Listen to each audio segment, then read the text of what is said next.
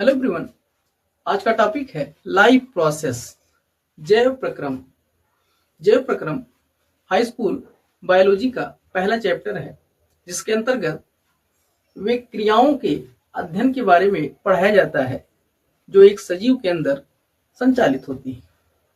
तो आइए जैव प्रक्रम के अंतर्गत आने वाली उन क्रियाओं के बारे में समझते हैं। किसी भी जीव के संपूर्ण जीवन काल में चलने वाली वे समस्त प्रक्रियाएं जो उसका अनुरक्षण करती है। अनुरक्षण का मतलब भविष्य के लिए बचा कर रखना, यानी जीवित रखना।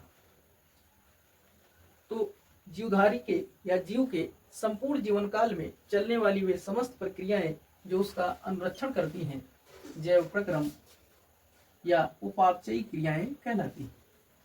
उपापचयी क्रियाएं दो क्रियाओं से बनी हैं। पहला है उपचयी क्रियाएं और दूसरा है अपचयी क्रियाएं। उपचयी क्रियाएं और अपचयी क्रियाएं क्या हैं, इसको समीकरण के साथ समझते हैं। उपचय या उपचयी। उपचय को अंग्रेजी में एनाबोलिज्म कहा जाता है। इसका दूसरा नाम निर्माणकारी क्रिया है। इस क्रिया में सरल कार्बनिक अणु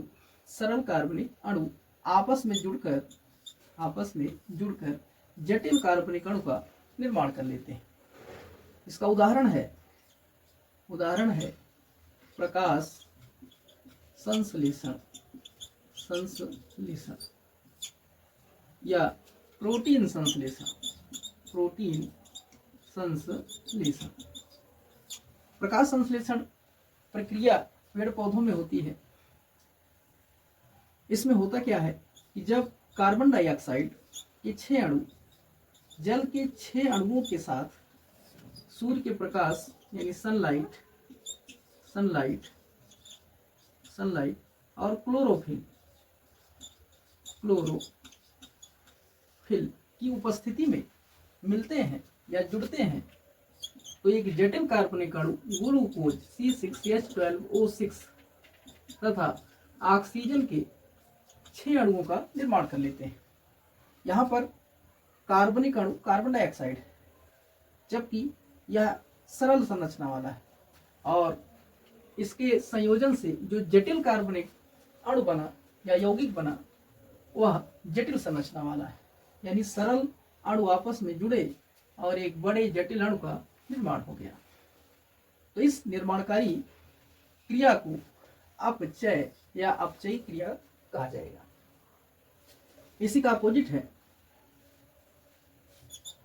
अपचयी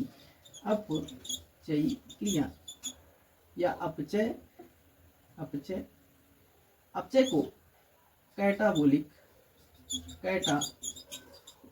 कहा जाएगा। इसे विध्वंसकारी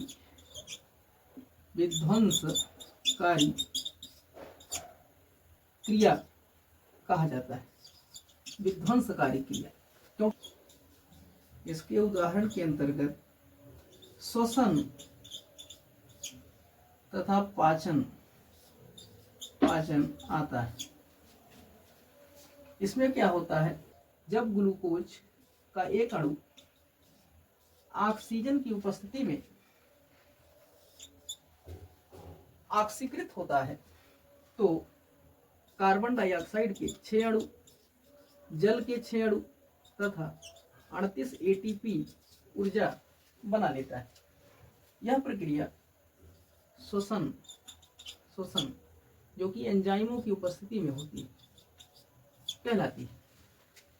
यहाँ पर एक जटिल कार्बनिक यौगिक है ग्लूकोज और इसमें विध्वंसन हुआ, जिससे सरल कार्बनिक अणु कार्बन डाइऑक्साइड बना। उपापचयी क्रियाएं जिसे मेटाबॉलिज्म या मेटाबॉलिक एक्टिविटी कहा जाता है, इसके लिए जो समीकरण है वो सेलुलर रेस्पिरेशन का है, जिसमें C6H12O6 जब 6 मॉलिक्यूल O2 से क्रिया करते हैं तो 6 मॉलिक्यूल कार्बन डाइऑक्साइड और 6 मॉलिक्यूल H2O साथ साथ 38 ATP एनर्जी प्रोड्यूस होती है।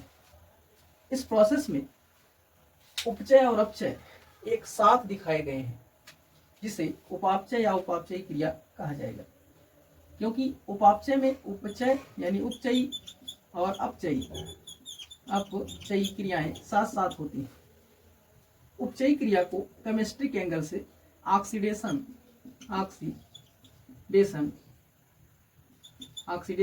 और अपचयी क्रिया को रिडक्शन कहा जाता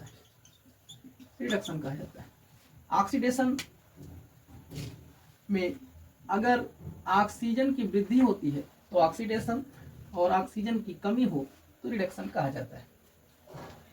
अब यहाँ पर इस रिएक्शन में देखा जाएगा कि कहाँ उपचय और कहाँ अपचय हो रहा है।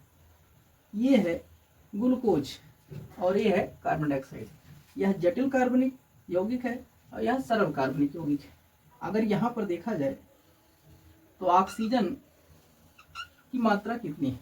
यहाँ पर ऑक्सीजन 6 है और यहाँ ऑक्सीजन 12 है, यानी +6 की वृद्धि हुई है, जो ये दिखाता है कि यहाँ उपचय हो रहा है, यानी ऑक्सीडेशन हो रहा